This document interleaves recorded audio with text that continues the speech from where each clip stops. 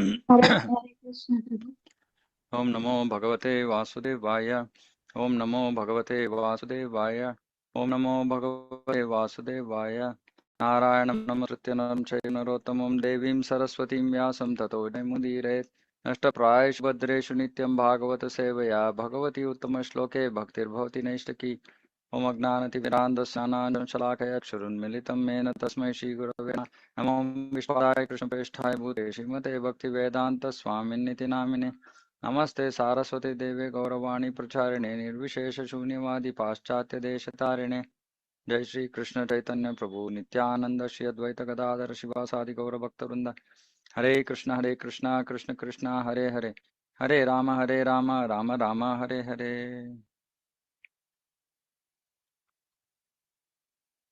ಹರೇ ಕೃಷ್ಣ. ಎಲ್ಲರಿಗೂ ಈ ಒಂದು ಭಾಗವತ ಶ್ರವಣ ಕಾರ್ಯಕ್ರಮದಲ್ಲಿ ಎಲ್ಲರಿಗೂ ಸ್ವಾಗತ. ಪ್ರಾರಂಭ ಮಾಡೋಕ್ಕಿಂತ ಮುಂಚೆ ಇದಕ್ಕೆ ಕಾರಣ ಏನು, ಏನಕ್ಕೆ ಇದನ್ನ ಮಾಡ್ತಾ ಇದೀವಿ, ಇದ್ರ ಬಗ್ಗೆ ಒಂದು 5 ನಿಮಿಷ ನಾನು ಮಾತಾಡ್ತೀನಿ. ಯಾಕಂದ್ರೆ ಇದು ಬಹಳ ಮುಖ್ಯ.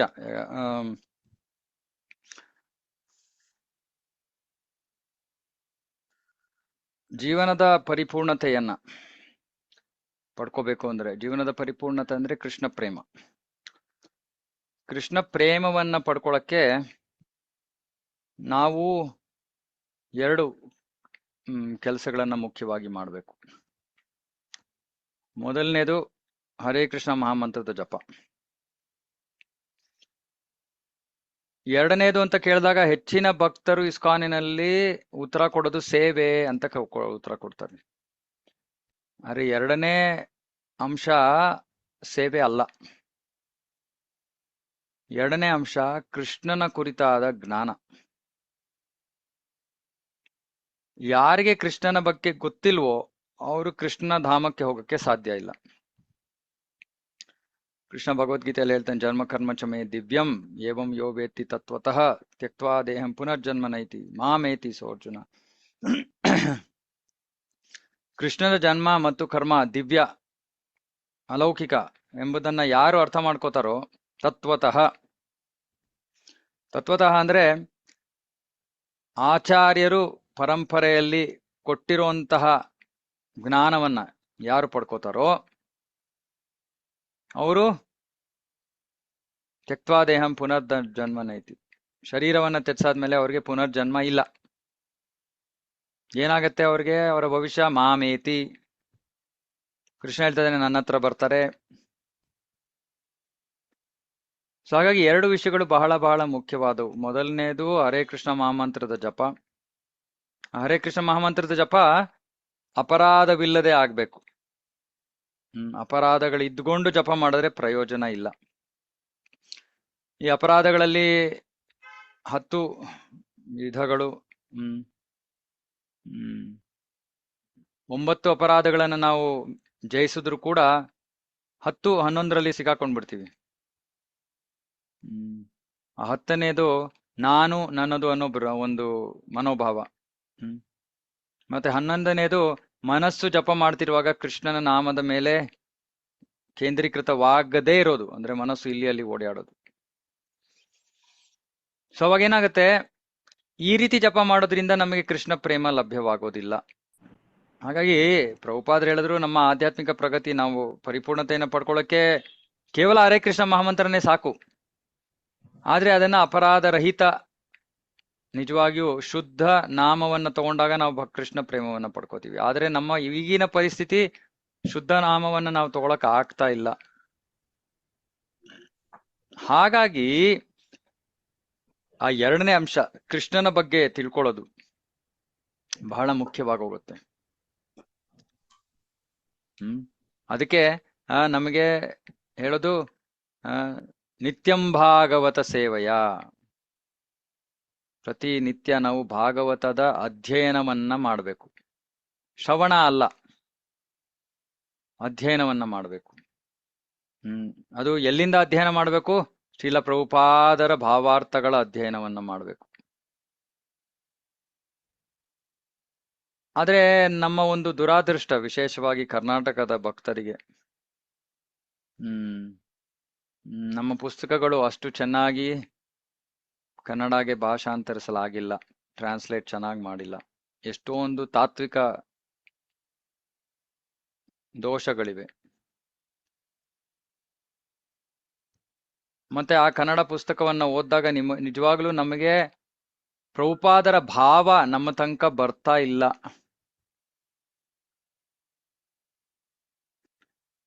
ಮತ್ತೆ ಭಗವಂತನ ಬಗ್ಗೆ ತಿಳ್ಕೋಬೇಕು ಅಂದ್ರೆ ಅದರಲ್ಲಿ ಮೊಟ್ಟ ಮೊದಲ ಹಂತದಲ್ಲಿ ನಾವು ಭಗವದ್ಗೀತಾ, ಭಾಗವತ, ಭಕ್ತಿರಸಾಮೃತ ಸಿಂಧು, ಚೈತನ್ಯ ಚರಿತಾಮೃತ ಈ 4 ಗ್ರಂಥಗಳನ್ನ ತಿಳ್ಕೊಂಡು ಮತ್ತೆ ಮತ್ತೆ ಮತ್ತೆ ಅದನ್ನ ನಾವು ಅಧ್ಯಯನ ಮಾಡ್ತಾ ಹೋಗ್ಬೇಕು. ಅಟ್ಲೀಸ್ಟ್ 2-3 ಸತಿ ಅಧ್ಯಯನ ಮಾಡಾದ್ಮೇಲೆ ಭಕ್ತರು ಆ ನಂತರ ನಮ್ಮ ಪೂರ್ವದ ಆಚಾರ್ಯರ ಪುಸ್ತಕಗಳನ್ನ ಓದ್ಬೇಕು.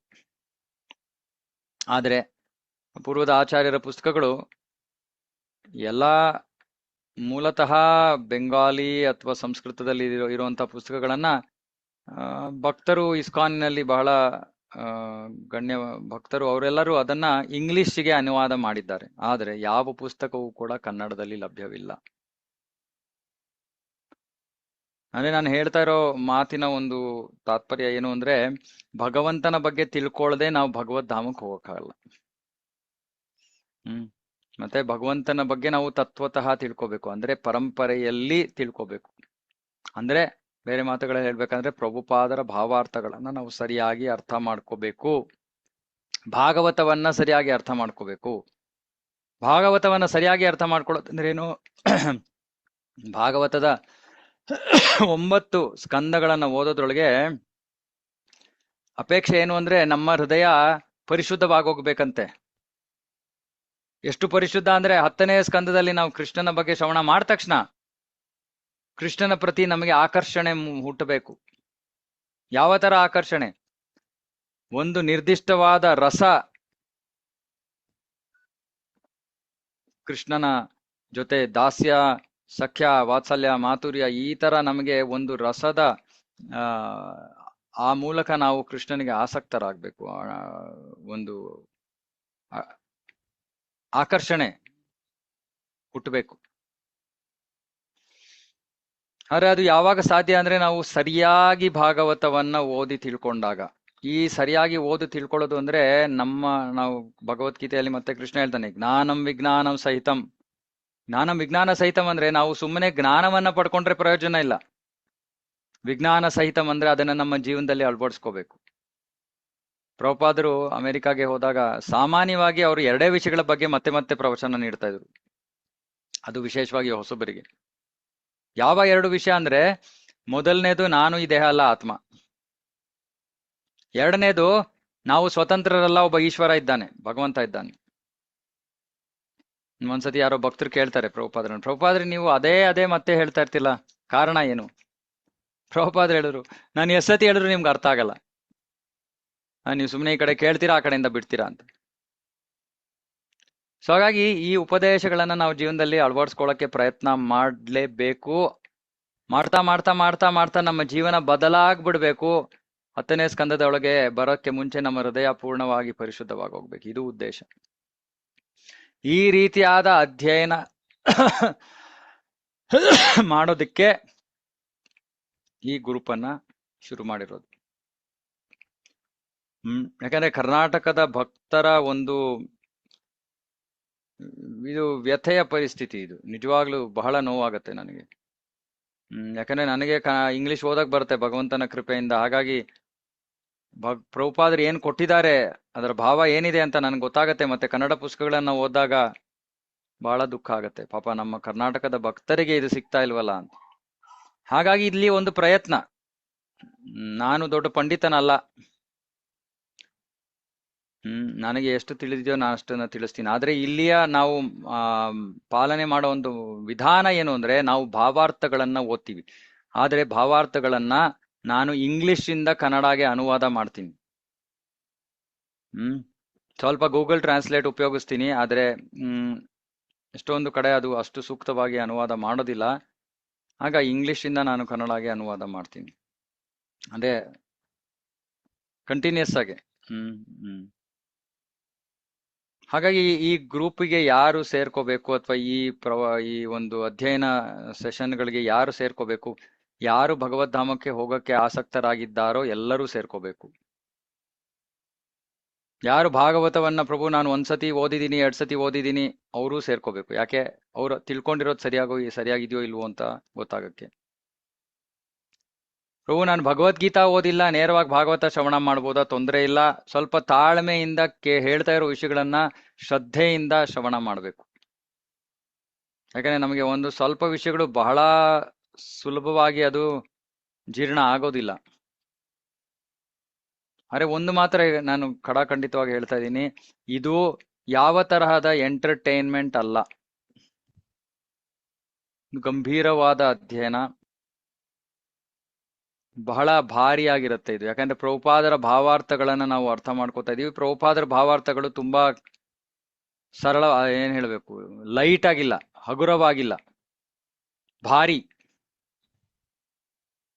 ಹ್ಮ್ ಹ್ಮ್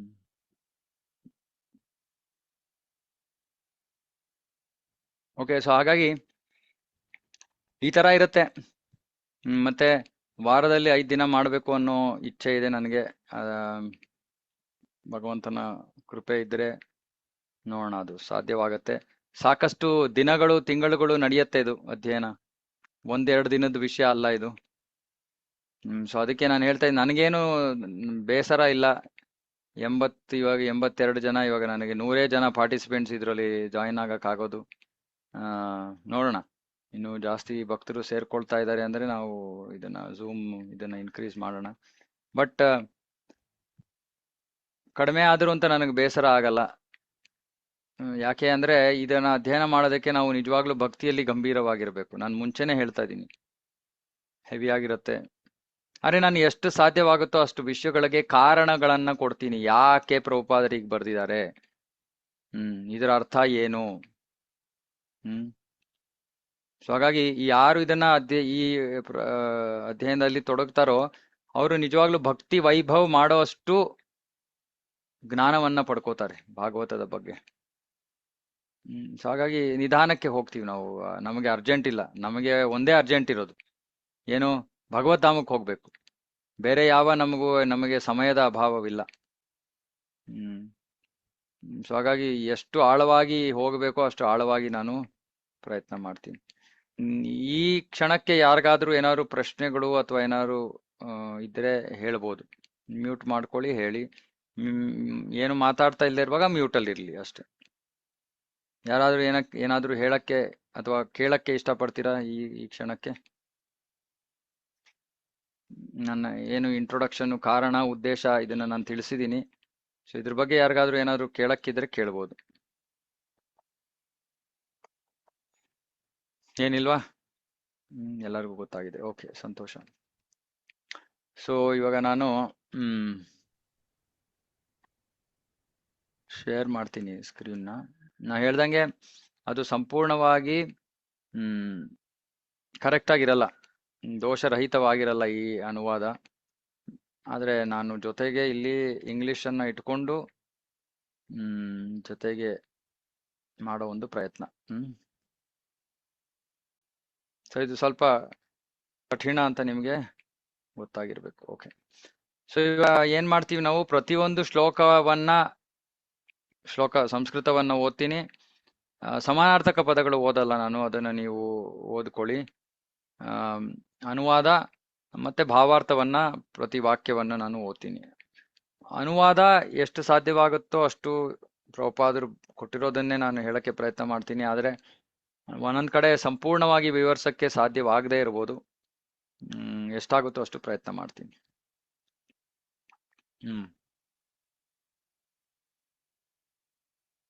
ಓಕೆ.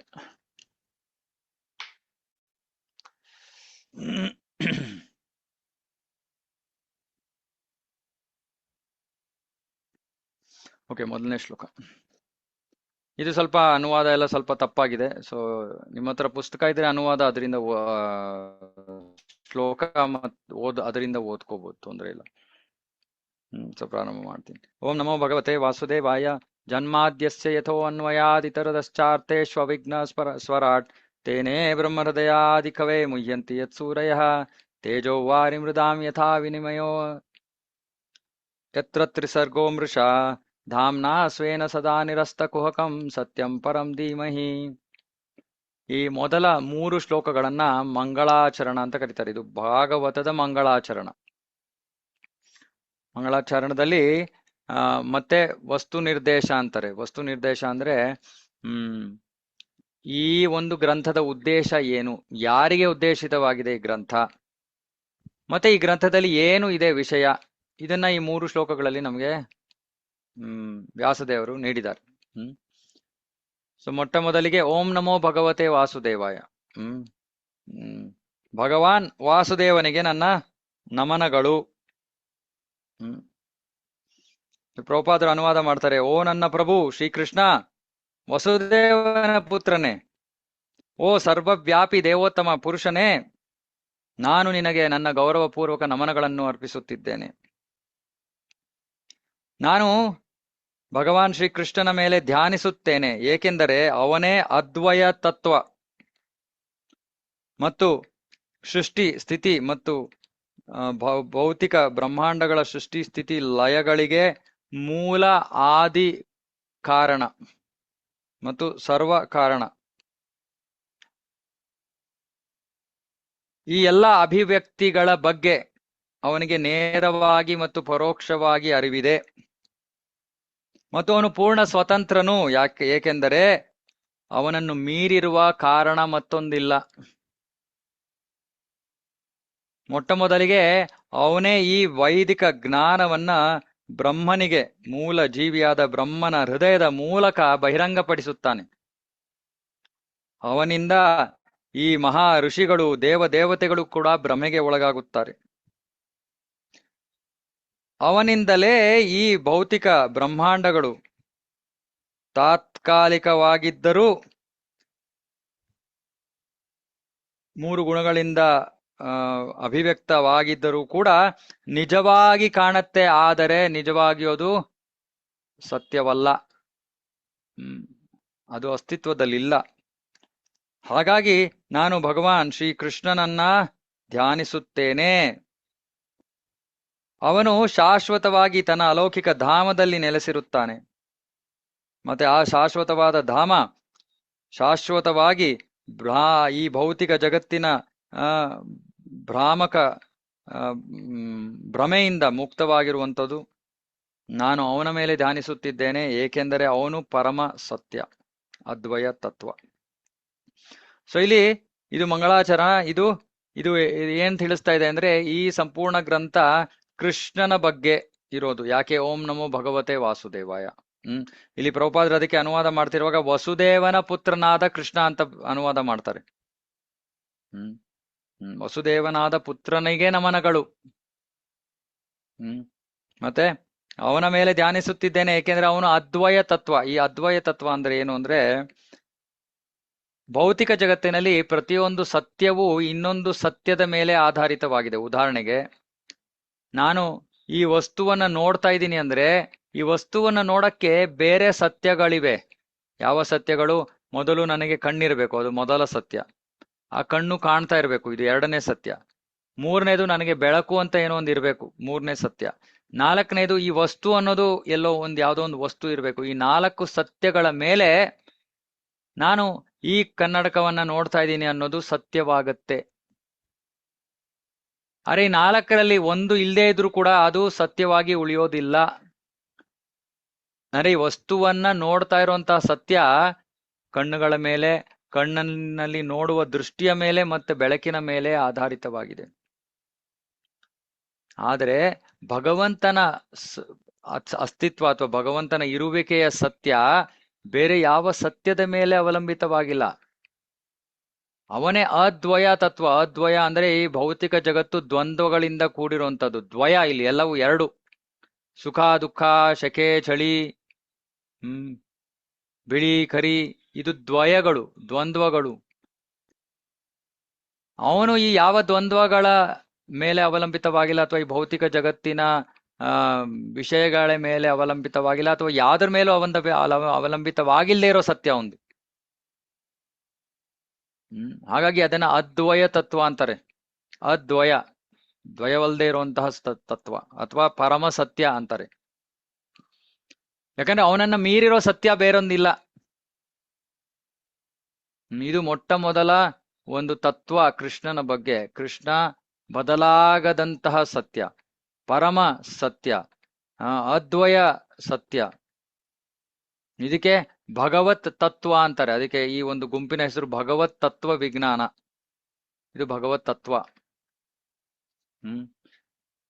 ಮತ್ತೆ ಅವನು ಈ ಬ್ರಹ್ಮಾಂಡದ ಸೃಷ್ಟಿ ಸ್ಥಿತಿ ಲಯಗಳಿಗೆ ಅವನೇ ಮೂಲ ಸರ್ವ ಕಾರಣ, ಮೂಲ ಕಾರಣ, ಮತ್ತೆ ಅವನು ಸರ್ವ ಕಾರಣ.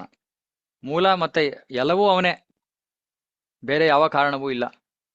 ಇದನ್ನ ನಾವು 2ನೇ ಸ್ಕಂದ 3ನೇ ಸ್ಕಂದದಲ್ಲಿ ಅಧ್ಯಯನ ಮಾಡ್ತೀವಿ. ಭೌತಿಕ ಜಗತ್ತಿನ ಸೃಷ್ಟಿಯ ವರ್ಣನೆ ಬರುತ್ತೆ. ಹಾಗೆ ನಾವು ನೋಡ್ತೀವಿ, ಸೃಷ್ಟಿ ಪ್ರಾರಂಭವಾಗೋಗಿದೆ, ಬೇರೆ ಬೇರೆ ದೇವತೆಗಳು ಸೃಷ್ಟಿಯಾಗಿದ್ದಾರೆ, ಬೇರೆ ಬೇರೆ ಘಟಕಾಂಶಗಳನ್ನು ಸೃಷ್ಟಿ ಮಾಡಿದಾನೆ ಭಗವಂತ. ಆದ್ರೆ ಅವು ಯಾವ ಜೊತೆಗೆ ಕೆಲಸ ಮಾಡಿ ಬ್ರಹ್ಮಾಂಡವನ್ನು ಸೃಷ್ಟಿ ಮಾಡಕ್ ಆಗ್ತಾ ಇಲ್ಲ. ಬ್ರಹ್ಮಾಂಡವನ್ನ ಅಂದ್ರೆ ಬ್ರಹ್ಮಾಂಡದೊಳಗೆ ಅವಶ್ಯಕವಾಗಿರೋ ವಸ್ತುಗಳನ್ನ ಆಗ ಮತ್ತೆ ಭಗವಂತ ತನ್ನ ಮಾಯಾಶಕ್ತಿಯೊಂದಿಗೆ ಆ ಎಲ್ಲಾ ವಸ್ತುಗಳನ್ನು ಪ್ರವೇಶಿಸ್ತಾನೆ. ಅವಾಗ ಈ ಅಸ್ತಿತ್ವ, ಈ ಬ್ರಹ್ಮಾಂಡ ಅಸ್ತಿತ್ವಕ್ಕೆ ಬರುತ್ತೆ. ಸೊ ಹೀಗೆ ಭಗವಂತ ಇಲ್ಲದೆ ಇದ್ರೆ, ಅದಕ್ಕೆ ಉಪನಿಷತ್ ವೇದಗಳೆಲ್ಲ ಹೇಳ್ತಾರೆ, ತೇನ ವಿನಾ ತೃಣಮಪಿ ನ ಚಲತಿ. ಅವನಿಲ್ಲದೆ ಯಾವುದು ಕೂಡ ಇರುವುದಕ್ಕೆ ಸಾಧ್ಯವಿಲ್ಲ. ಅವನೇ ಎಲ್ಲದಕ್ಕೂ ಮೂಲ ಕಾರಣ. ಮತ್ತೆ ಅವನು ನೇರವಾಗಿ ಪರೋಕ್ಷವಾಗಿ ಇಲ್ಲಿರೋ ಎಲ್ಲವನ್ನೂ ತಿಳ್ಕೊಂಡಿದ್ದಾನೆ. ನೇರವಾಗಿಯೂ ತಿಳಿಬಹುದು, ಅವನು ಪರೋಕ್ಷವಾಗೂ ತಿಳಿಬಹುದು. ಅವನಿಗೆ ಎಲ್ಲ ಸಾಮರ್ಥ್ಯಗಳಿವೆ. ಯಾಕಂದ್ರೆ ಅವನನ್ನ ಮೀರಿರುವಂತಹ ಕಾರಣ ಬೇರೊಂದಿಲ್ಲ. ಅವನೇ ಬ್ರಹ್ಮನಿಗೆ ಹೃದಯದ ಮೂಲಕ ಈ ಜ್ಞಾನವನ್ನು ಕೊಟ್ಟಿದ್ದು. ಯಾವಾಗ ಬ್ರಹ್ಮ, ಇದು ಕೂಡ ಭಾಗವತದಲ್ಲಿ ನಾವು ಶ್ರವಣ ಮಾಡ್ತೀವಿ, ಬ್ರಹ್ಮ ತಕ್ಷಣ ಕಮಲದ ಒಂದು ಹೂವಿನ ಮೇಲೆ ತಕ್ಷಣ ಪ್ರತ್ಯಕ್ಷ ಆಗ್ತಾನೆ. ಈ ಕಡೆ ಆ ಕಡೆ ನೋಡ್ತಾನೆ, ಯಾರೂ ಇಲ್ಲ. ಆಗ ಅವನು ತಪಶ್ಚರ್ಯವನ್ನ ಮಾಡ್ತಾನೆ. ಬ್ರಹ್ಮ ತಪಶ್ಚರ್ಯದ ಫಲವಾಗಿ ಭಗವಂತ ಅವನಿಗೆ ಹೃದಯದ ಮೂಲಕ ಜ್ಞಾನವನ್ನ ಕೊಡ್ತಾನೆ. ಇದು ಬಹಳ ಸುಂದರವಾದ ವಿಷಯ. ಕೃಷ್ಣ ಭಗವದ್ಗೀತೆಯಲ್ಲಿ ಹೇಳ್ತಾನೆ, ದದಾಮಿ ಬುದ್ಧಿಯೋಗಂ ತಮ್ಯೇನ ಮಾಂ ಉಪಯಾಂತಿತೆ. ದದಾಮಿ ಬುದ್ಧಿಯೋಗಂ ಅಂದ್ರೆ ಹೃದಯದ ಮೂಲಕ ಕೃಷ್ಣ ಜ್ಞಾನವನ್ನ ಕೊಡ್ತಾನೆ. ಭಕ್ತರಿಗೆ ಇದರ ಅನುಭವ ಇರ್ಬೋದು. ಪುಸ್ತಕ ಜ್ಞಾನ ಅಲ್ಲ, ಅದು ಕೃಷ್ಣನ ನೇರವಾದ ಜ್ಞಾನ. ನೀವು ಯೋಚನೆ ಮಾಡ್ತಾ ಇರೋದು, ಕೃಷ್ಣ ಯಾವ ಭಾಷೆಯಲ್ಲಿ ಮಾತಾಡ್ತಾನೆ ನಮ್ಮ ಹತ್ರ? ನಮ್ಗೆ ಅರ್ಥ ಆಗೋ ಭಾಷೆಯಲ್ಲಿ ಮಾತಾಡ್ತಾನೆ, ನಮ್ಗೆ ಅರ್ಥ ಆಗೋ ರೀತಿಯಲ್ಲಿ ಆ ವಿಷಯವನ್ನ ಬಹಿರಂಗ ಮಾಡ್ತಾನೆ. ಇದು ಭಕ್ತಿಯ ಒಂದು ರಹಸ್ಯ. ಇದು ಬಹಳ ಮುಂದುವರೆದ ಹಂತ ಭಕ್ತಿಯಲ್ಲಿ. ಬ್ರಹ್ಮ ಅಂತಹ ಮಹಾಶ್ರೇಷ್ಠ ಭಕ್ತ, ಯಾಕಂದ್ರೆ ಕೃಷ್ಣನಿಗೋಸ್ಕರ ಸೃಷ್ಟಿಯ ಕಾರ್ಯದಲ್ಲಿ ತೊಡಗ್ತಾ ಇದ್ದಾನೆ. ಹಾಗಾಗಿ ಬ್ರಹ್ಮ ಅವನಿಗೆ ಹೃದಯದ ಮೂಲಕ ಜ್ಞಾನೋದಯವನ್ನ ನೀಡ್ತಾನೆ.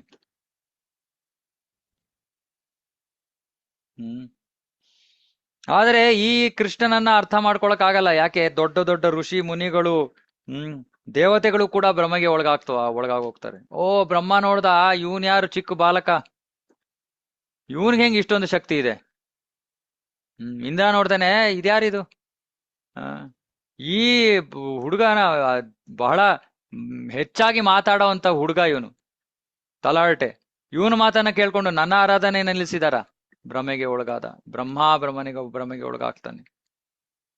ದೊಡ್ಡ ದೊಡ್ಡ ಋಷಿ ಮುನಿಗಳು ಭ್ರಮೆಗೆ ಒಳಗಾಗ್ತಾರೆ. ಋಷಿ ಮುನಿಗಳು ಅಂದ್ರೆ ಭಕ್ತರಲ್ಲ, ಜ್ಞಾನಿಗಳು, ಯೋಗಿಗಳು. ಅವ್ರಿಗೂ ಕೃಷ್ಣ ಅರ್ಥ ಆಗಲ್ಲ. ದೊಡ್ಡ ದೊಡ್ಡ ವಿದ್ವಾಂಸರು, ಅವ್ರಿಗೂ ಕೃಷ್ಣ ಅರ್ಥ ಆಗಲ್ಲ. ಯಾಕೆ? ಕೃಷ್ಣ ಹೇಳ್ತಾನೆ, ಭಕ್ತ್ಯಾ ಮಾಂ ಅಭಿಜಾನಾತಿ. ಕೇವಲ ಭಕ್ತಿಯಿಂದ ಮಾತ್ರ ಕೃಷ್ಣನ ಅರ್ಥ ಮಾಡ್ಕೊಳಕ್ ಸಾಧ್ಯ, ಬೇರೆ ಮಾರ್ಗ ಇಲ್ಲ. ಇವಾಗ ಇಲ್ಲಿ ಒಂದು ಮುಖ್ಯವಾದ ವಿಷಯವನ್ನ ಹೇಳ್ತಾ ಇದ್ದಾರೆ. ಈ ಭೌತಿಕ ಬ್ರಹ್ಮಾಂಡಗಳು ಅವು ನಿಜವಾಗಿಯೂ ಇಲ್ವಂತೆ.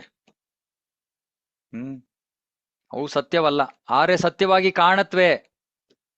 ಇವಾಗ ಇದನ್ನು ಸ್ವಲ್ಪ ವಿವರಿಸ್ತೀನಿ ನಾನು. ಆಮೇಲೆ ವ್ಯಾಸದೇವರು ಹೇಳ್ತಾರೆ, ಹಾಗಾಗಿ ನಾನು ಭಗವಾನ್ ಶ್ರೀ ಕೃಷ್ಣನ ಮೇಲೆ ಧ್ಯಾನ ಮಾಡ್ತಾ ಇದ್ದೀನಿ. ಅವನು ಯಾವಾಗ್ಲೂ ತನ್ನ ಶಾಶ್ವತ ಧಾಮವಾದ ಗೋಲೋಕದಲ್ಲಿ ಇದ್ದಾನೆ. ಮತ್ತೆ ಆ ಗೋಲೋಕ ಬೃಂದಾವನ ಎಲ್ಲ ಭ್ರಮೆಯಿಂದ, ಈ ಭೌತಿಕ ಗುಣಗಳಿಂದ ಮುಕ್ತವಾಗಿದೆ. ನಾನು ಅವನನ್ನ ಧ್ಯಾನಿಸ್ತೀನಿ, ಯಾಕಂದ್ರೆ ಅವನೇ ಅದ್ವಯ ತತ್ವ. ಸೊ ಇವಾಗ ಇಲ್ಲಿ ಈ ವಿಷಯವನ್ನ ಅರ್ಥ ಮಾಡ್ಕೊಳಕ್ ಪ್ರಯತ್ನ ಮಾಡೋಣ. ಏನಿದು ಬ್ರಹ್ಮಾಂಡ ಸತ್ಯವಲ್ಲ, ಮಿಥ್ಯ. ಮಿಥ್ಯ ಅಂದ್ರೆ ಯಾವ ರೀತಿಯಲ್ಲಿ ಮಿಥ್ಯ ಅಂದ್ರೆ, ನಾವು ಕನಸಿನಲ್ಲಿ ಏನೋ ಒಂದು ವಸ್ತುವನ್ನ ನೋಡ್ತಾ ಇದೀವಿ, ಅದು ಸತ್ಯನೋ ಮಿಥ್ಯಾನೋ? ನಾನು ಕನಸು ಕಾಣ್ತಾ ಇರೋ ತನಕ ಅದು ಸತ್ಯ. ಕನಸಿನಿಂದ ಹೊರಗೆ ಬಂದ ತಕ್ಷಣ, ಎಚ್ಚರಗೊಂಡ ತಕ್ಷಣ ಅದು ಮಿಥ್ಯ, ಅದು ಇಲ್ಲ. ಇವಾಗ ಪ್ರಭುಪಾದ್ರಿ ಉದಾಹರಣೆ ಕೊಡ್ತಾರೆ. ಯಾರೋ ಕನಸಿನಲ್ಲಿ ಓ ಹುಲಿ ನನ್ನ ಹಿಂದೆ ಬರ್ತಾ ಇದೆ, ಕಾಪಾಡಿ ಕಾಪಾಡಿ ಅಂತ ಕಿರ್ಚ್ತಾ ಇದ್ದಾನೆ. ಪಕ್ಕ ಎಚ್ಚರವಾಗಿರೋ ವ್ಯಕ್ತಿ ಅವನನ್ನ ಅಲ್ಲಾಡಿಸ್ಬಿಟ್ಟು ಎಬ್ಬಿಸ್ತಾನೆ, ಏಯ್ ಎಲ್ಲೋ ಇದೆ ಹುಲಿ, ಯಾಕೋ ಕಿರ್ಚಾಡ್ತಾ ಇದೆಯಾ? ಆ ವ್ಯಕ್ತಿ ಎಚ್ಚರಗೊಳ್ತಾನೆ, ಓಹ್ ಏನೂ ಇಲ್ಲ, ಇದು ನನ್ ಕನಸ. ದಯವಿಟ್ಟು ಅರ್ಥ ಮಾಡ್ಕೊಳ್ಳಿ, ಭೌತಿಕ ಜಗತ್ತು ನಮಗೆ ಒಂದು ಕನಸಿನ ತರ. ಹೇಗೆ ಕನಸಿನ ತರ? ನಮ್ಮನ್ನ ನಾವು ಮರ್ತು ಬಿಟ್ಟಿದೀವಿ, ಕನಸಿನಲ್ಲಿ ಇದ್ದೀವಿ. ನಾನು ಈ ದೇಹ, ಈ ಭೌತಿಕ ಜಗತ್ತು ಇರೋದು ನನ್ನ ಆನಂದಕ್ಕೋಸ್ಕರ, ಹಾಗಾಗಿ ಇದನ್ನ ಅನುಭವಿಸೋಣ ಅನ್ನೋ ಪ್ರಯತ್ನದ ಒಂದು ಕನಸಿನಲ್ಲಿ ನಾವು ಮುಳುಗೋಗ್ಬಿಟ್ಟಿದೀವಿ. ಸತ್ಯಾಂಶ, ನಾನು ದೇಹ ಅಲ್ಲ, ನಾನು ಆತ್ಮ. ನಾನು ಈ ಹೆಸರನ್ನ ಹೊಂದಿರುವಂತ, ಇಲ್ಲಿ ಕೆಲಸ ಮಾಡ್ತಾ ಇರುವಂತಹ ಅಥವಾ ಈ ಮಕ್ಕಳನ್ನ ಹೊಂದಿರುವಂತ ಅಪ್ಪ ಅಲ್ಲ, ಅಮ್ಮ ಅಲ್ಲ, ಯಾರೂ ಅಲ್ಲ. ನಾನು ಕೃಷ್ಣನ ಸನಾತನ ಸೇವಕ.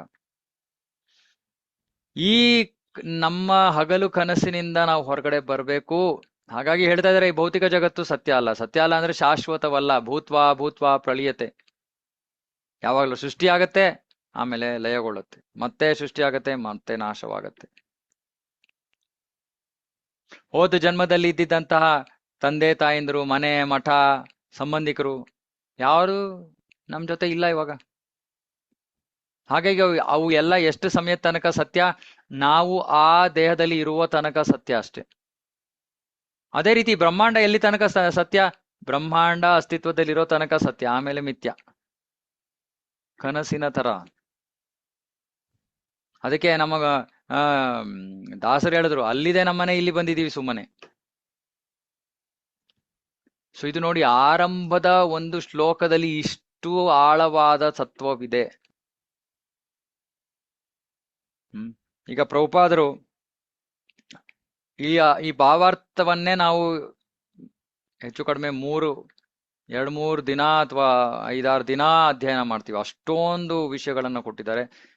ನಾನು ಬೇಗ ಹೋಗೋದಿಲ್ಲ, ನಾನು ಹೇಳಿದ್ನಲ್ಲ, ನನಗೆ ಯಾವ ಅರ್ಜೆಂಟು ಇಲ್ಲ. ಯಾಕಂದ್ರೆ ಈ ವಿಷಯಗಳು ನಮಗೆ ಒಂದು ಫೌಂಡೇಶನ್ ಇದ್ದಂಗೆ. ಇದನ್ನ ನಾವು ಎಷ್ಟು ಚೆನ್ನಾಗಿ ಅರ್ಥ ಮಾಡ್ಕೋತೀವೋ ಅಷ್ಟು ಚೆನ್ನಾಗಿ ನಮಗೆ ಭಾಗವತದ ತತ್ವ ಅರ್ಥ ಆಗಕ್ಕೆ ಸಾಧ್ಯ. ಹಾಗಾಗಿ ಎಲ್ಲರೂ ಆರಾಮಾಗಿ ಶ್ರವಣ ಮಾಡಿ, ಸಾಧ್ಯವಾದಷ್ಟು ಏಕಾಗ್ರತೆಯಿಂದ ಶ್ರವಣ ಮಾಡಿ. ಅಡಿಗೆ ಮಾಡ್ಕೊಂಡು, ಇನ್ನೊಂದು ಮಾಡ್ಕೊಂಡು, ಮತ್ತೊಂದು ಮಾಡ್ಕೊಂಡು ಮಾಡಬೇಡಿ. ಆದ್ರೆ ನನಗೆ ಗೊತ್ತು, ಎಲ್ಲರಿಗೂ ಅವ್ರವ್ರದ್ದೇ ಕೆಲಸಗಳಿದೆ, ಜವಾಬ್ದಾರಿಗಳಿವೆ. ಎಷ್ಟಾಗುತ್ತೋ ಈ ಒಂದು ಶ್ರವಣಕ್ಕೆ ಸ್ವಲ್ಪ ಸಮಯ ತೆಗೆದಿಡಿ ಅಂತ ನಾನು ನಿಮ್ಮಲ್ಲಿ ಕೇಳ್ಕೊತೀನಿ. ಯಾಕಂದ್ರೆ ಇದು ಬಹಳ ಮುಖ್ಯವಾದದ್ದು. ನಮ್ಮ ಜೀವನವನ್ನ ಬದಲಾಯಿಸಬಹುದಾದಂತಹ, ಯಾಕಂದ್ರೆ ಪ್ರಭುಪಾದರ ಭಾವಾರ್ಥಗಳನ್ನು ನಾವು ಸರಿಯಾಗಿ ಅರ್ಥ ಮಾಡ್ಕೊಂಡ್ರೆ ನಮ್ಮ ಜೀವನ ಬದಲಾವಣೆ ಆಗುತ್ತೆ, ಅದ್ರಲ್ಲಿ ಸಂಶಯ ಇಲ್ಲ. ಆದ್ರೆ ನಾನು ಹೇಳ್ದಂಗೆ ಜ್ಞಾನಂ ವಿಜ್ಞಾನಂ. ನಾವ್ ಏನು ಶ್ರವಣ ಮಾಡ್ತೀವೋ ದಯವಿಟ್ಟು ಅದನ್ನು ಜೀವನದಲ್ಲಿ ಅಳವಡಿಸ್ಕೊಳ್ಳಕ್ಕೆ ಪ್ರಯತ್ನ ಮಾಡಿ. ಇಲ್ಲ ಅಂದ್ರೆ ನಮ್ಗೆ ಅಷ್ಟು ಪ್ರಯೋಜನವಾಗಲ್ಲ. ಓಕೆ, ಭಾವಾರ್ಥ ಇಲ್ಲಿ ಗೂಗಲ್ ಅನುವಾದ ಇದೆ. ನಾನು ನೇರವಾಗಿ ಇಂಗ್ಲಿಷಿಂದ ಅನುವಾದ ಮಾಡಕ್ಕೆ ಪ್ರಯತ್ನ ಮಾಡ್ತೀನಿ. ವಾಸುದೇವನಿಗೆ, ದೇವೋತ್ತಮ ಪುರುಷನಿಗೆ ನನ್ನ ನಮನಗಳು ಅಂತ ಇಲ್ಲಿ ವ್ಯಾಸದೇವರು ಹೇಳ್ತಾ ಇದ್ದಾರೆ. ಇದು ನೇರವಾಗಿ ಭಗವಾನ್ ಶ್ರೀ ಕೃಷ್ಣನನ್ನ, ಅಂದ್ರೆ ವಸುದೇವ ಮತ್ತು ದೇವಕಿಯ ದಿವ್ಯ ಪುತ್ರನಾದ ಕೃಷ್ಣನನ್ನ ಸೂಚಿಸ್ತಾ ಇದೆ ಅಂತ ನೇರವಾಗಿ ಪ್ರಭುಪಾದರು ಭಾವಾರ್ಥದಲ್ಲಿ ಹೇಳ್ತಾ ಇದ್ದಾರೆ. ಇದು ಇನ್ನು ಬೇರೆ ಯಾವ ವಾಸುದೇವ ಅಲ್ಲಪ್ಪ, ಇದು ವಸುದೇವ ಮತ್ತು ದೇವಕಿಯರ ದಿವ್ಯ ಪುತ್ರ. ಈ ಒಂದು ಪದ ದಿವ್ಯ ಪುತ್ರ ಅನ್ನೋದಕ್ಕೆ ನಾವು ಪೂರ್ತಿ ದಿನ ಶ್ರವಣ ಮಾಡ್ಬೋದು. ಆದ್ರೆ ದಿವ್ಯ ಅಂದ್ರೆ ನಮ್ಗೆ ಗೊತ್ತು, ಭೌತಿಕ ಜಗತ್ತಿಗೆ ಸೇರಿರುವಂತದ್ದಲ್ಲ. ಅದಕ್ಕೆ ಕೃಷ್ಣ ಭಗವದ್ಗೀತೆಯಲ್ಲಿ ಹೇಳ್ತಾನೆ, ಜನ್ಮ ಕರ್ಮಚ ಮೇ ದಿವ್ಯಂ. ಕೃಷ್ಣ ಜನ್ಮ, ಕೃಷ್ಣನ ಕರ್ಮ ಎಲ್ಲವೂ ಕೂಡ ದಿವ್ಯವಾದದ್ದು, ಭೌತಿಕ ಜಗತ್ತಿಗೆ ಸೇರಿರುವಂತದ್ದಲ್ಲ. ಹಾಗಾಗಿ ಭೌತಿಕ ದೃಷ್ಟಿಕೋನದಿಂದ ಕೃಷ್ಣನನ್ನ ನೋಡಬೇಡಿ, ಕೃಷ್ಣನನ್ನ ಅರ್ಥ ಮಾಡ್ಕೊಳಕ್ ಪ್ರಯತ್ನ ಮಾಡಬೇಡಿ. ವಾಸುದೇವ ಪುತ್ರನಿಗೆ ನನ್ನ ನಮನಗಳು. ಈ ಒಂದು ಸತ್ಯಾಂಶವನ್ನ ಈ ಒಂದು ಕೃತಿಯ ಪಠ್ಯದಲ್ಲಿ ಹೆಚ್ಚು ಸ್ಪಷ್ಟವಾಗಿ ವಿವರಿಸಲಾಗುವುದು. ಯಾವ ಸತ್ಯವನ್ನ? ಕೃಷ್ಣನೇ ದೇವೋತ್ತಮ ಪರಮಪುರುಷ ಅನ್ನೋದನ್ನ. ವ್ಯಾಸದೇವರು ಇಲ್ಲಿ ಏನ್ ಹೇಳ್ತಾ ಇದ್ದಾರೆ? ಶ್ರೀ ಕೃಷ್ಣನೇ ಮೂಲ ದೇವೋತ್ತಮ ಪರಮಪುರುಷ. ಮತ್ತೆ ಬೇರೆ ಎಲ್ಲರೂ ಅಂದ್ರೆ ಯಾರು? ಬೇರೆ ಬೇರೆ ಅವತಾರಗಳ ಬಗ್ಗೆ ನಾವು ಶ್ರವಣ ಮಾಡ್ತೀವಿ ಭಾಗವತದಲ್ಲಿ. ಬೇರೆ ಎಲ್ಲರೂ ಕೂಡ ಅವನ ನೇರ ಅಥವಾ ಪರೋಕ್ಷ ಅಂಶ ಮತ್ತೆ ಕಲ. ಅಂಶ ಅಂದ್ರೆ ವಿಸ್ತರಣೆ ಅಂತ ಹೇಳ್ಬೋದು. ಅಂಶ ಅಂದ್ರೆ ಸರಳವಾಗಿ ಅರ್ಥ ಮಾಡ್ಕೊಳ್ಳೋದು, ಕೃಷ್ಣನಲ್ಲಿ ಇರೋ ಎಲ್ಲಾ ಗುಣಗಳಲ್ಲಿ ಒಂದು ಭಾಗಶಃ ಕೆಲ ಗುಣಗಳನ್ನ ಮಾತ್ರ ಪ್ರದರ್ಶಿಸುವಂತಹ ಭಗವಂತನ ವಿಸ್ತರಣೆ ಅಂಶ. ಆ ಅಂಶದ ಅಂಶವನ್ನ ಕಲಾ ಅಂತ ಕರೀತಾರೆ. ಅಂದ್ರೆ ಇನ್ನೂ ಕಡಿಮೆ ಗುಣಗಳನ್ನ ಪ್ರದರ್ಶಿಸುವಂತಹದ್ದು. ಕೃಷ್ಣನಲ್ಲಿ ಎಲ್ಲಾ ಗುಣಗಳಿವೆ, ಅವನ ಅಂಶದಲ್ಲಿ ಸ್ವಲ್ಪ ಗುಣಗಳಿವೆ, ಆ ಅಂಶದ ಅಂಶದಲ್ಲಿ ಇನ್ನೂ ಸ್ವಲ್ಪ ಗುಣಗಳಿವೆ. ಸೊ ಇಲ್ಲಿ ಹೇಳ್ತಾ ಇದ್ದಾರೆ, ಅವನೇ ಬೇರೆ ಎಲ್ಲ ಅವತಾರಗಳ ಮೂಲ ಅವನೇ, ಮತ್ತೆ ಎಲ್ಲರೂ ಕೂಡ ಅವನ ಅಂಶ ಅಥವಾ ಅವನ ಕಲ. ಶ್ರೀ ಜೀವ ಗೋಸ್ವಾಮಿ ಅವರು ಇದನ್ನ ತಮ್ಮ ಕೃಷ್ಣ ಸಂದರ್ಭದಲ್ಲಿ ಇನ್ನೂ ಸ್ಪಷ್ಟವಾಗಿ ಈ ವಿಷಯವನ್ನ ವಿವರಿಸಿದ್ದಾರೆ. ಷಡ್ ಸಂದರ್ಭ ಅಂತ ಇದೆ. ಜೀವ ಗೋಸ್ವಾಮಿ ಅವರು 6 ಸಂದರ್ಭಗಳನ್ನ ಕೊಟ್ಟಿದ್ದಾರೆ. ಆ ಸಂದರ್ಭದಲ್ಲಿ ಒಂದು ಕೃಷ್ಣ ಸಂದರ್ಭ. ಸೊ ಇಲ್ಲಿ ಪ್ರಭುಪಾದರು ಬರಿತಾ ಇದ್ದಾರೆ, ಕೃಷ್ಣ ಸಂದರ್ಭದಲ್ಲೂ ಕೂಡ ಕೃಷ್ಣನ ಪರಮಸ್ಥಾನವನ್ನ ನಾವು ಅರ್ಥ ಮಾಡ್ಕೋಬಹುದು ಕೃಷ್ಣ ಸಂದರ್ಭವನ್ನ ಅಧ್ಯಯನ ಮಾಡಿದ್ರೆ. ಮತ್ತೆ ನಾನು ಮುಂಚೆನೆ ಹೇಳ್ದಂಗೆ ಇದು ಶೀಲ ಜೀವ ಗೋಸ್ವಾಮಿ ಅವರ ಕೃತಿ. ಅದು ಕೇವಲ ಇಂಗ್ಲಿಷ್ ನಲ್ಲಿದೆ, ಕನ್ನಡದಲ್ಲಿಲ್ಲ. ಬ್ರಹ್ಮ, ಮೂಲ ಜೀವಿಯಾದ ಬ್ರಹ್ಮ ಕೂಡ ಕೃಷ್ಣನ ವಿಷಯವಾಗಿ ಬಹಳ ಆಳವಾಗಿ ಅಥವಾ ಸಂಪೂರ್ಣವಾಗಿ ಆದ್ಯಂತವಾಗಿ ತನ್ನ ಒಂದು ಕೃತಿಯಾದ ಬ್ರಹ್ಮ ಸಂಹಿತೆಯಲ್ಲಿ ವರ್ಣಿಸಿದ್ದಾನೆ. ಸೊ ಜೀವ ಗೋಸ್ವಾಮಿ ಅವರು ಇಲ್ಲಿ ವ್ಯಾಸದೇವರು ಹೇಳ್ತಾ ಇದ್ದಾರೆ ಕೃಷ್ಣ ವಸುದೇವ ದೇವಕಿಯರ ಪುತ್ರ ಅಂತ. ಎರಡನೇದು ಜೀವ ಗೋಸ್ವಾಮಿ ಅವರು ಹೇಳ್ತಾ ಇದ್ದಾರೆ. ಮೂರನೇದು ಬ್ರಹ್ಮ ಹೇಳ್ತಾ ಇದ್ದಾನೆ. ನಾಲ್ಕನೇದು ಸಾಮವೇದ ಉಪನಿಷತ್, ಅದು ಕೂಡ ಹೇಳುತ್ತೆ ಭಗವಾನ್ ಶ್ರೀಕೃಷ್ಣ ದೇವಕಿಯ ದಿವ್ಯ ಪುತ್ರ. ಹಾಗಾಗಿ ಈ ಒಂದು ಪ್ರಾರ್ಥನೆಯಲ್ಲಿ ಮೊದಲ ಒಂದು ಪ್ರಸ್ತಾವನೆ ಅಂದ್ರೆ ಭಗವಾನ್ ಶ್ರೀಕೃಷ್ಣನೇ ಮೂಲ ಪ್ರಭು.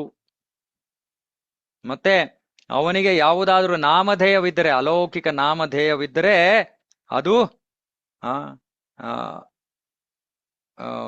ಪರಮ ದೇವೋತ್ತಮ ಪುರುಷನಿಗೆ ಸೇರಿರುವಂತದ್ದು. ಮತ್ತೆ ಅವನ ಹೆಸರು ಕೃಷ್ಣ. ಅಂದ್ರೆ ಕೃಷ್ಣನೇ ಪರಮ ಅದ್ವಯ ದೇವೋತ್ತಮ ಪುರುಷ. ಮತ್ತೆ ಹಾಗಾಗಿ ಅವನ ಹೆಸರು ಕೃಷ್ಣ. ಕೃಷ್ಣ ಎಂದರೆ ಸರ್ವಾಕರ್ಷಕ. ಅದ್ವಯ ತತ್ವಕ್ಕೆ ಏನಾದ್ರೂ ಒಂದು ಹೆಸರಿರಬೇಕು ಅಂದ್ರೆ ಆ ಹೆಸರು ಕೃಷ್ಣ. ಯಾಕಂದ್ರೆ ಕೃಷ್ಣನೇ ಸರ್ವಾಕರ್ಷಕ. ಭಗವದ್ಗೀತೆಯಲ್ಲಿ ಹಲವಾರು ಜಾಗಗಳಲ್ಲಿ ಭಗವಂತ ತಾನೇ ಮೂಲ ದೇವೋತ್ತಮ ಪುರುಷ ಅನ್ನೋದನ್ನ ಅವನು ಮತ್ತೆ ಮತ್ತೆ ಒತ್ತು ಹೇಳಿದ್ದಾನೆ. ಮತ್ತೆ ಇದನ್ನ ಅರ್ಜುನನು ಕೂಡ ಖಚಿತಪಡಿಸ್ತಾನೆ. ಅಲ್ಲದೆ ಮಹಾ ಋಷಿಗಳಾದ ನಾರದರು, ವ್ಯಾಸದೇವರು ಬೇರೆ ಇತರ ಮಹಾಗಣ್ಯ ಋಷಿಗಳು ಕೂಡ ಅದನ್ನು ಖಚಿತಪಡಿಸ್ತಾರೆ. ಪದ್ಮ ಪುರಾಣದಲ್ಲೂ ಕೂಡ ಭಗವಂತನ ಅಗಣಿತ ನಾಮಗಳಲ್ಲಿ ಕೃಷ್ಣ ಎಂಬ ನಾಮ ಮೂಲವಾದದ್ದು ಅಥವಾ ಪ್ರಮುಖವಾದದ್ದು ಅಂತ ಪದ್ಮ ಪುರಾಣದಲ್ಲೂ ಹೇಳಲಾಗಿದೆ. ಮತ್ತೆ ವಾಸುದೇವ ಅಂದ್ರೆ ದೇವೋತ್ತಮ ಪರಮ ಪುರುಷನ ಅಂಶ. ಇವಾಗ ಇದನ್ನ ಸ್ವಲ್ಪ ವಿವರಿಸ್ಬೇಕು ನಾನು. ಯಾಕಂದ್ರೆ ಮೂಲ ಕೃಷ್ಣ ಅಂದ್ರೆ ಅವನನ್ನು ನಾವು ಸಾಮಾನ್ಯವಾಗಿ ಶ್ಯಾಮ ಸುಂದರ ಕೃಷ್ಣ ಅಂತ ಕರಿತೀವಿ. ಮೂಲ ಕೃಷ್ಣ ಈಶ್ವರ ಪರಮ ಕೃಷ್ಣ ಸಚ್ಚಿದಾನಂದ ವಿಗ್ರಹ ಅನಾದಿರಾದಿರ್ ಗೋವಿಂದ ಸರ್ವಕಾರಣ ಕಾರಣಂ ಅಂದಾಗ ನಾವು ಅದನ್ನ ಶ್ಯಾಮ ಸುಂದರ ಕೃಷ್ಣನನ್ನ ಉದ್ದೇಶಿಸ್ತಾ ಇದೀವಿ. ಈ ಶ್ಯಾಮಸುಂದರ ಕೃಷ್ಣನ ಮೊದಲ ವಿಸ್ತರಣೆ ಅಂದ್ರೆ ಬಲರಾಮ. ಬಲರಾಮನಿಂದ ಮೊದಲ ಚತುರ್ವ್ಯೂಹ ಬರ್ತಾ ಇದೆ. ಆ ಚತುರ್ವ್ಯೂಹದಲ್ಲಿ ಮೊದಲನೆಯವನು ವಾಸುದೇವ. ಹಾಗಾಗಿ ಈ ವಾಸುದೇವ ಕೃಷ್ಣನ ವಿಸ್ತರಣೆ. ಹಾಗಾಗಿ ಇಲ್ಲಿ ಹೇಳ್ತಾ ಇದ್ದಾರೆ ಅವನು ದೇವೋತ್ತಮ ಪುರುಷನ ಅಂಶ. ಮತ್ತೆ ಮಿಕ್ಕಿದ್ದೆಲ್ಲ ದೇವೋತ್ತಮನ ರೂಪಗಳು ವಾಸುದೇವನಿಗೆ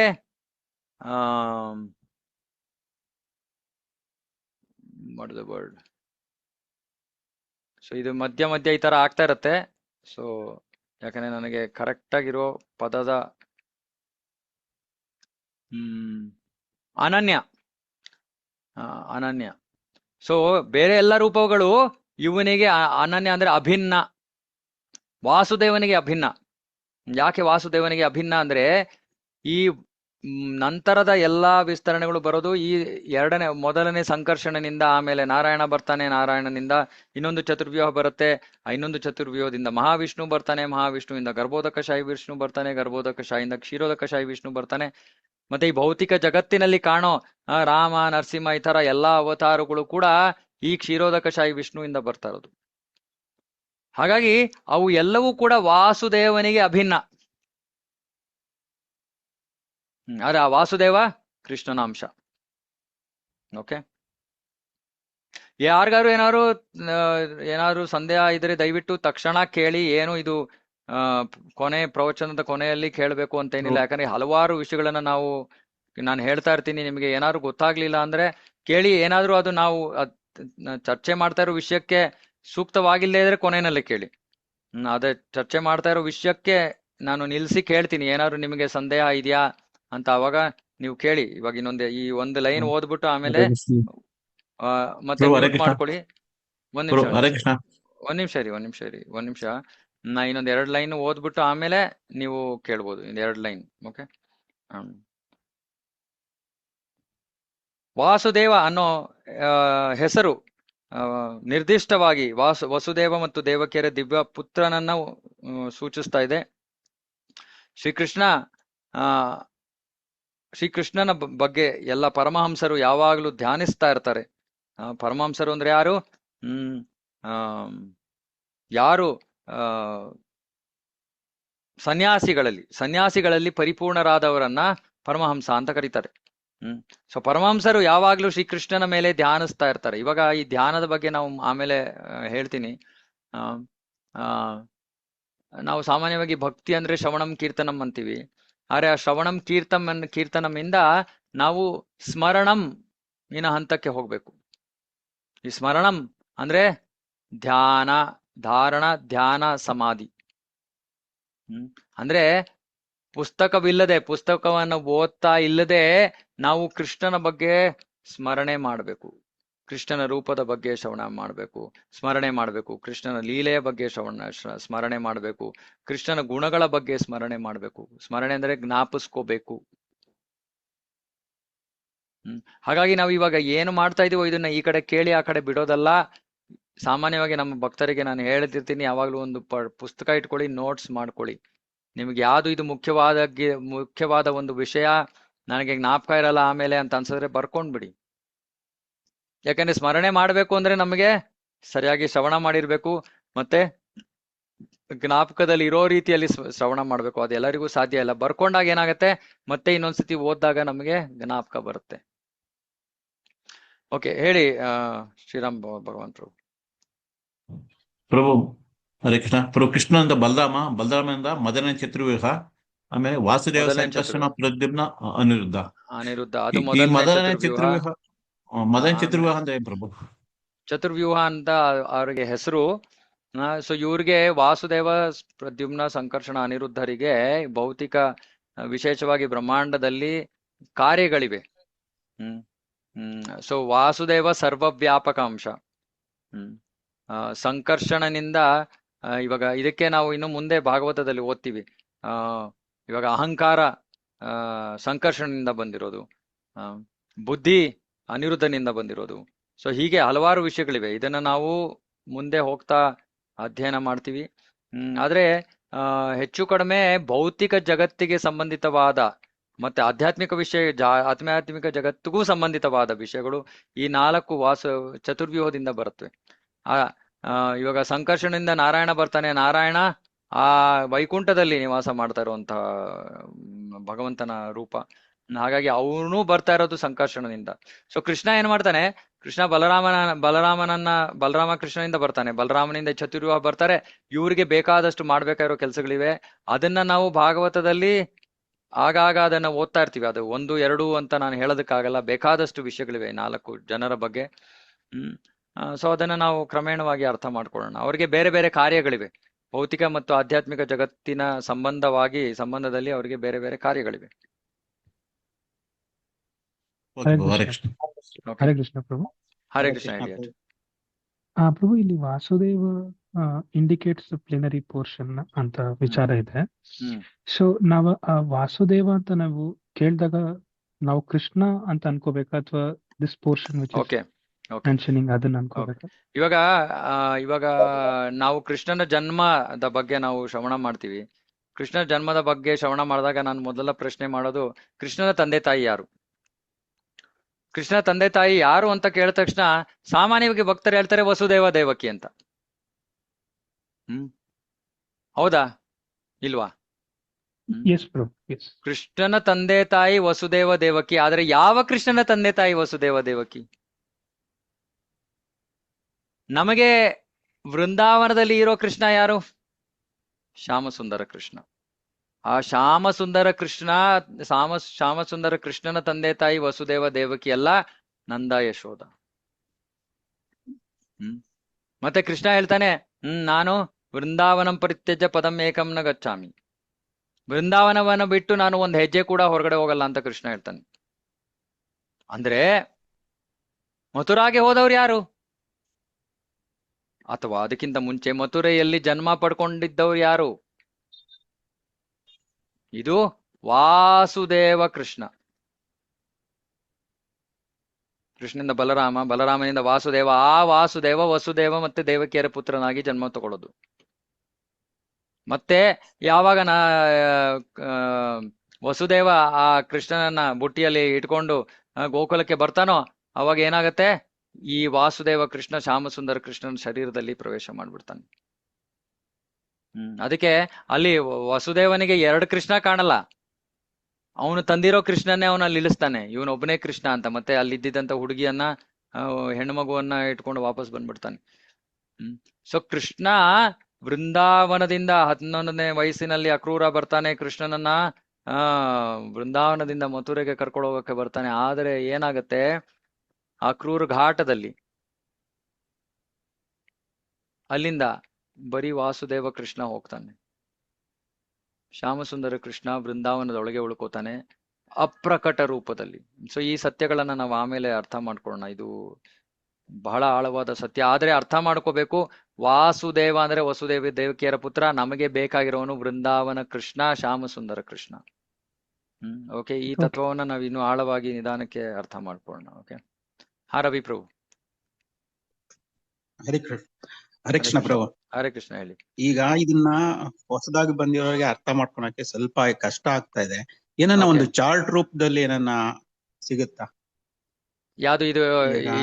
ಯಾರಿಂದ ಯಾರು ಬಂದ್ರು? ಅಂಶ, ಕಲ್ಪ, ಕಲಾ ಯಾರಿಂದ ಇವಾಗ ಓಕೆ. ಸೊ ಇವಾಗ ಓಕೆ ಒಳ್ಳೇದು. ಇವಾಗ ಇದು ಜಸ್ಟ್ ಫಸ್ಟ್ ವರ್ಸ್, ಇದು ಮೊದಲ ಶ್ಲೋಕ. ನಾನು ಇವಾಗ ಏನೇನ್ ಹೇಳ್ತಾ ಇದ್ದೀನೋ ಇದೆಲ್ಲ ಆಮೇಲೆ ಬರುತ್ತೆ.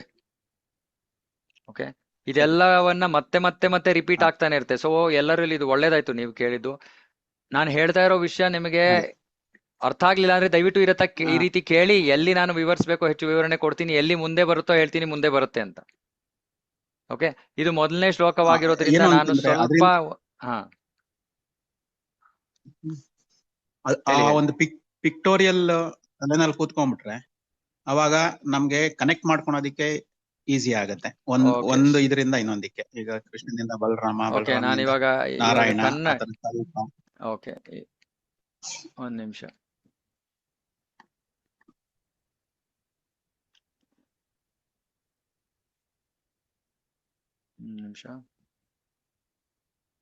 ಸೊ ಹೀಗೆ ನಿಮ್ಗೆ ಏನೇ ಇದ್ರು ಸಮಸ್ಯೆಗಳು ಕೇಳಿ, ಯಾಕಂದ್ರೆ ನನ್ನ ಉದ್ದೇಶನೇ ಇವೆಲ್ಲ ವಿಷಯಗಳನ್ನ ಸ್ಪಷ್ಟ ಮಾಡೋದು. ಓಕೆ,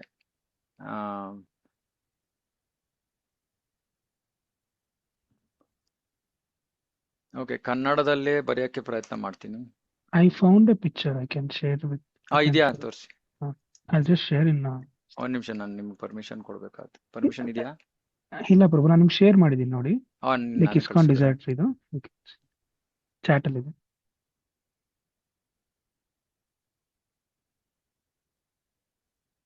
ಅದು ಇಂಗ್ಲಿಷ್ ಅಲ್ಲಿ ಇರುತ್ತೆ ಅನ್ಸುತ್ತಲ್ಲ. ಸಾರಿ, ಅಂದ್ರೆ ಇದು ಝೂಮ್ ಚಾಟ್ ಅಲ್ಲಿ ಇದೆ. ಯಾವ್ದ್ರಲ್ಲಿ? ಇದೆಲ್ಲ ಝೂಮ್ ಚಾಟ್ ಅಲ್ಲಿ ಇದೆ. ಝೂಮ್ ಚಾಟ್ ಅಲ್ಲ? Okay.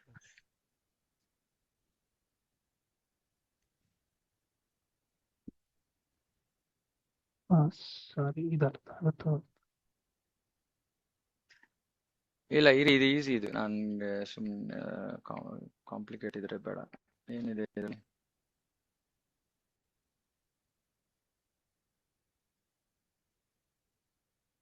Maybe I kept share.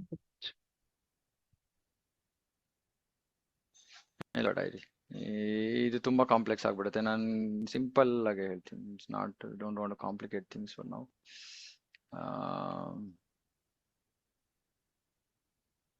Okay,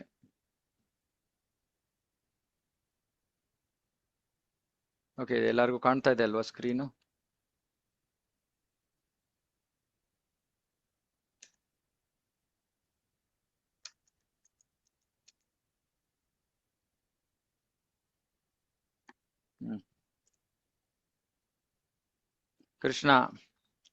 ಕೃಷ್ಣನಿಂದ Balarama, ಬಲರಾಮನಿಂದ ಚತುರ್ವ್ಯೂಹ.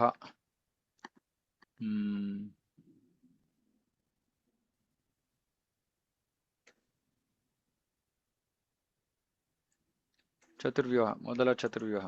ಇಲ್ಲಿ ವಾಸುದೇವ, ಸಂಕರ್ಷಣ, ಅನಿರುದ್ಧ, ಪ್ರದ್ಯುಮ್ನ. ಓಕೆ, ಇವಾಗ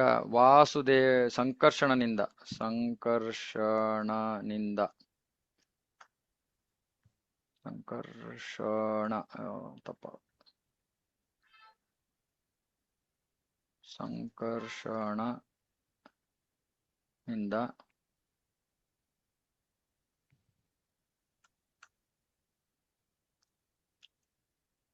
ನಾರಾಯಣ, ಇವನು ವೈಕುಂಠದಲ್ಲಿರೋ ನಾರಾಯಣನಿಂದ ಎರಡನೇ ಚತುರ್ವ್ಯೂಹ. ಮತ್ತೆ ಇವರೇ ಬರ್ತಾರೆ. ಇವರೇ ಅಂದ್ರೆ ಎರಡನೇ, ಅಂದ್ರೆ ಇವರಲ್ಲಿ ಬೇರೆ ಗುಣಗಳಿರುತ್ತೆ. ಇವು ಮೊದಲ ಚತುರ್ವ್ಯೂಹ, ಇದು ಎರಡನೇ ಚತುರ್ವ್ಯೂಹ. ಫಸ್ಟ್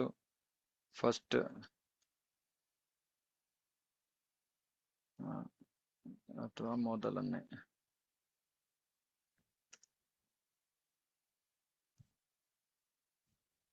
ಎರಡನೆಯ ಚತುರ್ವ್ಯೂಹ. ಓಕೆ, ಇವಾಗ ಈ ಎರಡನೇ ಸಂಕರ್ಷಣನಿಂದ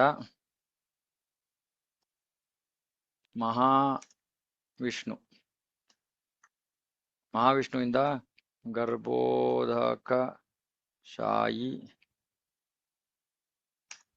ಸ್ವಲ್ಪ ಸ್ಪೆಲ್ಲಿಂಗ್ ಎಲ್ಲ ತಪ್ಪಿರ್ಬೋದು, ಗರ್ಭೋದಕ ಶಾಯಿ ವಿಷ್ಣು. ಆಮೇಲೆ ಕ್ಷೀರೋದಕ ಶಾಯಿ ವಿಷ್ಣು.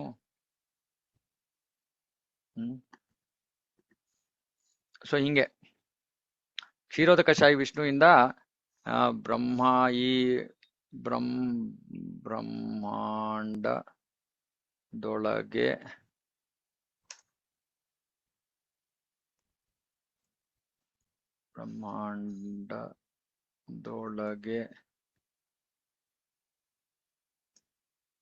ಬರುವ ಎಲ್ಲ ಅವತಾರಗಳು ಅವನಿಂದ ಬರುತ್ತವೆ. ಓಕೆನಾ? ಇದನ್ನ ಯಾರಾದ್ರೂ ಫೋಟೋ ತಗೋಬೇಕಂದ್ರೆ ಬೇಕಾದ್ರೆ ತಗೊಳ್ಳಿ. ಇಷ್ಟು ನಮ್ಗೆ ಜ್ಞಾಪಕ ಇದ್ರೆ ಹೆಚ್ಚು ಕಡಿಮೆ ಈ ಅವತಾರಗಳು ಎಲ್ಲ ಹೆಂಗೆ ಬರುತ್ತೆ, ಎಲ್ಲಿಂದ ಬರುತ್ತೆ, ಯಾರಿಂದ ಬರುತ್ತೆ ಅನ್ನೋದು ಸ್ಪಷ್ಟವಾಗಿ ಹೋಗುತ್ತೆ. ಇಲ್ಲ ಯಾರಾದ್ರೂ ಫೋಟೋ ತೆಗೆದ್ಬಿಟ್ಟು ಬೇಕಾದ್ರೆ ಗ್ರೂಪಲ್ಲಿ ಹಾಕಿ. ಓಕೆನಾ ರವಿ ಪ್ರಭು?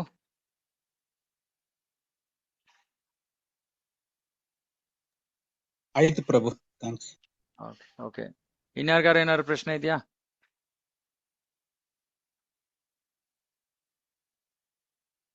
ಓಕೆ, ಸೊ ಇವತ್ತಿಗೆ ಇಲ್ಲೇ ನಿಲ್ಲಿಸ್ತೀನಿ ನಾನು. ಒಂದು ಪ್ಯಾರಾಗ್ರಾಫ್ ಓದಿದ್ವಿ ಭಾವಾರ್ಥ. ಹೇಳ್ದಲ್ಲ, ಮೊದಲ 3 ಶ್ಲೋಕಗಳು ಸ್ವಲ್ಪ ಹೆಚ್ಚು ಸಮಯ ತಗೊಳುತ್ತೆ, ಆಮೇಲೆ ಕಥೆ ಮುಂದುವರಿಯುತ್ತೆ. ಆದ್ರೆ ಇದನ್ನ ತಾತ್ವಿಕವಾಗಿ ಇದನ್ನ ಅರ್ಥ ಮಾಡ್ಕೊಳ್ಳೋದು ಬಹಳ ಮುಖ್ಯ. ಅದು ಇದರಲ್ಲಿ ಕೊನೆಯ 1-2 ಪ್ಯಾರಾಗ್ರಾಫ್ ಸ್ವಲ್ಪ ತುಂಬಾನೇ ಬೌನ್ಸರ್ ಆಗತ್ತೆ. ಎಷ್ಟು ಸಾಧ್ಯವಾಗುತ್ತೋ ಅಷ್ಟು ನಾನು ವಿವರಿಸಕ್ಕೆ ಪ್ರಯತ್ನ ಮಾಡ್ತೀನಿ. ಓಕೆ, ಸೊ ಇವತ್ತಿಗೆ ಇಲ್ಲೇ ನಿಲ್ಸೋಣ. ಭಗವಂತನಲ್ಲಿ ಪ್ರಾರ್ಥನೆ ಮಾಡೋಣ ಎಲ್ಲರೂ. ಈ ಅಧ್ಯಯನ ಇದೇ ರೀತಿ ಸುಗಮವಾಗಿ ನಡೀಲಿ. ಸಂಪೂರ್ಣ ಭಾಗವತ ಮುಗಿಸೋ ರೀತಿಯಲ್ಲಿ ಭಗವಂತ ನಮಗೆ ಕೃಪೆ ಕೊಡ್ಲಿ ಅಂತ. ಇಂಗ್ಲಿಷ್ ಅಲ್ಲಿ ನಾವು ಇದನ್ನ ಮಾಡ್ತಾ ಇದೀವಿ, 3 ವರ್ಷದಿಂದ ನಡೀತಾ ಇದೆ. 8ನೇ ಸ್ಕಂದವನ್ನ ಇವಾಗ ನಾವು ಪ್ರವೇಶ ಮಾಡ್ತಾ ಇದೀವಿ. ಅದೇ ರೀತಿ ಇಲ್ಲೂ ಆಗ್ಲಿ ಅಂತ ನನ್ನ ಇಚ್ಛೆ. ಭಗವಂತನ ಇಚ್ಛೆ ಇದ್ರೆ ಅದು ಆಗತ್ತೆ. ಸೊ ಇದ್ರ ಜೊತೆಗೆ ಇವತ್ತಿನ ಒಂದು ಕಕ್ಷೆಯನ್ನ ಇಲ್ಲೇ ಮುಗಿಸೋಣ. ಶ್ರೀಮದ್ ಭಾಗವತಂ ಕಿ ಜಯ, ಜಗದ್ಗುರು ಶಿಲ ಪ್ರಭುಪಾದ ಕಿ ಜಯ, ಸಮವೇತ ಭಕ್ತವೃಂದ ಕಿ ಜಯ. ವಾಂಛಾಕಲ್ಪತರುಭ್ಯಶ್ಚ ಕೃಪಾ ಸಿಂಧುಭ್ಯೇವ ಚ ಪತಿತಾನಾಂ ಪಾವನೇಭ್ಯೋ ವೈಷ್ಣವೇಭ್ಯೋ ನಮೋ ನಮಃ ಅನಂತ ಕೋಟಿ ವೈಷ್ಣವೃಂದ ಕಿ ಜಯ. ಮತ್ತೆ ಈ ರೆಕಾರ್ಡಿಂಗ್ಗಳನ್ನ ನಾವು ನಮ್ಮ ಯೂಟ್ಯೂಬ್ ಚಾನೆಲ್ ನಲ್ಲಿ ಹಾಕ್ತಿವಿ. ಅದರ ಲಿಂಕು ಕೂಡ ಗ್ರೂಪ್ ಅಲ್ಲಿ ಹಾಕಕ್ಕೆ ಪ್ರಯತ್ನ ಮಾಡ್ತೀವಿ. Okay, thank you very much. Hare Krishna. Hare Krishna. ಧನ್ಯವಾದ. ಹರೇ ಕೃಷ್ಣ. ಹರೇ ಕೃಷ್ಣ. ಧನ್ಯವಾದ ಪ್ರಭು.